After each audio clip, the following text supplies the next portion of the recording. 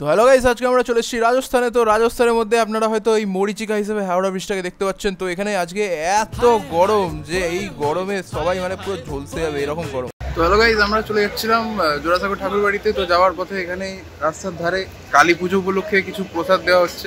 আমি জানি না কোথায় কালী পুজোটা হচ্ছে, বাট আমরা দেখার চেষ্টা করবো আর আপনাদেরও দেখানোর চেষ্টা করবো। তো দেখতে পাচ্ছেন এখানে অনেক কিছু দিয়েছে, খিচুড়ি, তারপর রাইস, আরও অনেক কিছু আছে। তো একটা একটা করে রিভিউ তো করা যাবে না, তো যা দিয়েছে প্রসাদ হিসেবে সেটাই এখন খেতে হবে। তো আগে দেখা যাক যে কি হয়। ঠিক আছে, আমরা খোঁজার অবশ্যই চেষ্টা করবো যে কোথায় কালী পুজো হচ্ছে। তো দুর্দান্ত এই ভোগটা খাওয়া শেষ করি আমরা কালী মন্দিরের খোঁজে বেরিয়ে পড়লাম। কয়েক পা হেঁটে একটু আগে গিয়েই আমরা মন্দিরের খোঁজ তো পেলাম, কিন্তু মন্দিরের খোঁজ পাওয়া মাত্রই আমরা এটা জানতে পারলাম যে কালী মন্দির যেটা আছে সেটা বিকেল 5টার পর খোলে। আর একটু এগোতেই আমরা আমাদের গন্তব্যস্থলে পৌঁছে গেলাম, যেটা ছিল জোড়াসাঁকো ঠাকুর বাড়ি। দেখতে পাচ্ছেন আজকে এখানে রবীন্দ্র জয়ন্তী উপলক্ষে বহু লোকের সমাগম ঘটেছে। রাস্তার এপান্তে ওপান্তে যেদিকেই তাকাবেন সেদিকেই রামধনু দেখতে পাবেন। আজকে বৃষ্টি ছাড়াই এখানে রামধনু উঠেছে। আমি দোকানপাটগুলোর কথা বলছিলাম, স্টলগুলো কি রঙিন সব, বাপরে। সামনের দিকে তাকানোর পর দেখলাম যে রবীন্দ্র ভারতী বিশ্ববিদ্যালয়ের এখানে মেন গেট দেখা যাচ্ছে এবং এখানে বহু লোক এখানে সামনে ভিড় করে আছে। এবং বাঁদিকে যদি দেখেন তাহলে দেখতে পাবেন এখানে একটা স্টেজ তৈরি হয়েছে, যেখানে হয়তো আজকে অনুষ্ঠান হতে চলেছে। তো এখানে এখনও কিছু চালু হয়নি, কিন্তু লোকেরা অলরেডি বসতে চালু করে দিয়েছে। তারপর এই বইটার দিকে আমার নজর গেল, যে বইটার নাম ছিল রাশিয়ার চিঠি। তো রবীন্দ্রনাথ ঠাকুরকে রাশিয়ানরাও ভালোবাসতো, শুধুমাত্র বিদ্রোহী ব্রোশকে রাশিয়ানরা ভালোবাসে না গাইস। ঠিক আছে, এর থেকে প্রমাণিত হয়ে গেল। তো এখানে প্রোগ্রাম স্টার্ট হলে আমরা লাইভ আপনাকে দেখাবো, তার জন্য জুড়ে থাকতে হবে ভিডিওর সঙ্গে।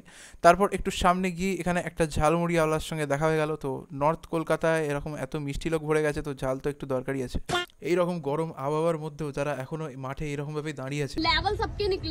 তো মাঠের মধ্যে বহু লোক এখানে চলে এসেছিল, কেউ ধরছিল শাড়ির কুচি আর কেউ দেওয়াল। আর এইটা হচ্ছে আমাদের জোড়াসাঁকো ঠাকুর বাড়ি, যেটা আজকে বহু লোকে ভরে উঠেছে। আর এখানে আজকে রবীন্দ্রনাথের জন্মতিথি উপলক্ষে মালাদান করা হয়েছে রবীন্দ্রনাথ ঠাকুরকে। তো বেশি দেরি না করে মাথার উকুন ছেড়ে নিয়ে আমরা মেন গেটের উদ্দেশ্যে রওনা দিলাম। তো মেন গেটের বাইরে অনেকেই অ্যাস্থেটিক ভিডিও আর ফটোগ্রাফি করছিল। তো আমিও ভাবলাম যে আমিও যদি একটা অ্যাস্থেটিক ভিডিও শ্যুট করি, কিন্তু পরে জানতে পারলাম যে এই সিদ্ধান্ত নেওয়াটা খুবই ভুল হয়েছিল। তো এইখানে একজনের মূর্তি ছিল, তো আপনারা কমেন্ট সেকশনে বলুন যে এটা কার মূর্তি হতে পারে, দেখি আপনাদের জেনারেল নলেজ কত। যাই হোক, আমার জানা নেই বলি আপনাদের বললাম। এরপর এখানটা যেটা দেখতে পাচ্ছেন এটা হচ্ছে মহর্ষি ভবন, যেটা দ্বারকানাথ ঠাকুর মানে রবীন্দ্রনাথের দাদু বানিয়ে গেছিলেন। তো দাদুর বহুত পয়সা ছিল, বুঝতেই পারছেন, শান্তিনিকেতনের বাড়ি, এখানে বাড়ি, তো বহুত পয়সা। ঠিক আছে, তো এখানে অনেক লোক আজকে ভিজিট করছেন। এটা একটা মিউজিয়াম টাইপ করা আছে, এখানে আপনার অনেক পুরনো জিনিস, ঐতিহাসিক জিনিস, রবীন্দ্রনাথ ঠাকুর কোথায় কোথায় গেছিলেন, কী করেছিলেন, এসব কিছু এখানে দেখতে পাবেন। এছাড়াও বিভিন্ন লেখালেখি এবং রবীন্দ্রনাথের বিভিন্ন আঁকাঝোঁকা এখানে দেওয়ালের মধ্যে টানানো আছে। তো আপনারা এখান থেকেও সেগুলো দেখতে পেতে পারেন। তো এরপরের লেখালেখিগুলো দেখে বুঝতে পারলাম যে আমাদের বন্ধু বান্ধবদের ক্যাপশন কোথা থেকে আমদানি হয়। তো এখন আমরা চলে এসেছি সেই ঘরে, যেই ঘরে রবীন্দ্রনাথ ঠাকুর জন্মগ্রহণ করেছিলেন। তো এই ঘরেই সব থেকে বেশি ভিড় হয়েছিল এবং যারা সিকিউরিটি গার্ড ছিল তারা কিন্তু খুব পোলাইটভাবে আমাদের সঙ্গে ব্যবহার করেছে। মানে তারা বলছিল যে আপনারা আস্তে আস্তে দেখুন, এমন করেনি যে ফটো তুলতে দেবে না বা এই করতে দেবে না, সব কিছুই অ্যালাউন্স ছিল। কিন্তু তারা ঠিকঠাক ম্যানেজও করছিল, মানে খুবই ভালো ব্যবহার করেছে, এর মধ্যে কোনো সন্দেহ নেই। তো এরপর আমরা একটু আগে গেলাম, যেখানে একটা ফায়ারে লেখা ছিল এখানে পুল ডাউন। তো আমরা পুল ডাউন করতে চেষ্টা করছিলাম, কিন্তু হয়নি। যাই হোক, এরপর রবীন্দ্রনাথ ঠাকুরের এখানে হচ্ছে আপনার লাইব্রেরি টাইপের, মানে রবীন্দ্রনাথ ঠাকুর কী কী বই পড়তেন। তো এখানে আমি দেখলাম যে রবীন্দ্রনাথ ঠাকুর অনেক জাপানিজ বই পড়তেন। তো রবীন্দ্রনাথ ঠাকুর মাঙ্গার ওপর শখ ছিল, আর আমি মাঙ্গা পড়লেই দোষ। তো যাই হোক, এরপর দেখুন এখানেও আপনারা দেখতে পাবেন যে রবীন্দ্রনাথ ঠাকুর জাপানে গেছিলেন এবং জাপানিজের সঙ্গে অনেক ফটো তুলেছেন এবং এখানে অনেক জাপানিজ বইও রাখা আছে, যেমন দেখতে পাচ্ছেন। ঠিক আছে, আর এখানে দেখুন কাবুকি ডল আছে, জাপানিজ ডল। তো রবীন্দ্রনাথ ঠাকুরও জাপান ভক্ত ছিল গাইজ, তো শুধুমাত্র আমি একা নই।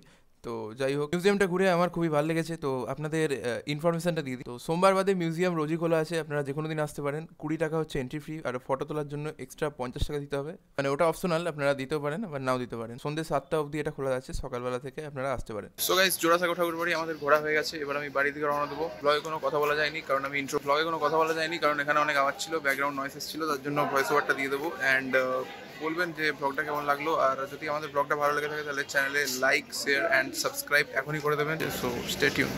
সন্ধেবেলা এখানে বৈতানিকের নিজস্ব অনুষ্ঠান ছিল, যেটা দেখে আমার খুবই ভালো লেগেছে। আর আজকাল রবীন্দ্রসঙ্গীতের চল সেইভাবে দেখাও যায় না, আর আমাদের অনেকজনই এখন অন্য দেশের সংস্কৃতিকে বেশি করে আপন করে নেয়, অথচ এই দেশের সংস্কৃতি কিন্তু বাইরে ছড়িয়েছে। হাজার হোক ভারত আর বাংলাদেশের জাতীয় সঙ্গীত দুটোই কিন্তু রবীন্দ্রনাথেরই লেখা। এড শিরান আর ব্রুনো মার্সের রোম্যান্টিজম গান শুনলেও বৃষ্টির বিকেলে কিন্তু রবীন্দ্রনাথের আমারও পড়ানো যাহা চায় শুনতে শুনতে চায় চুমুক দেওয়ার আনন্দটাই আলাদা।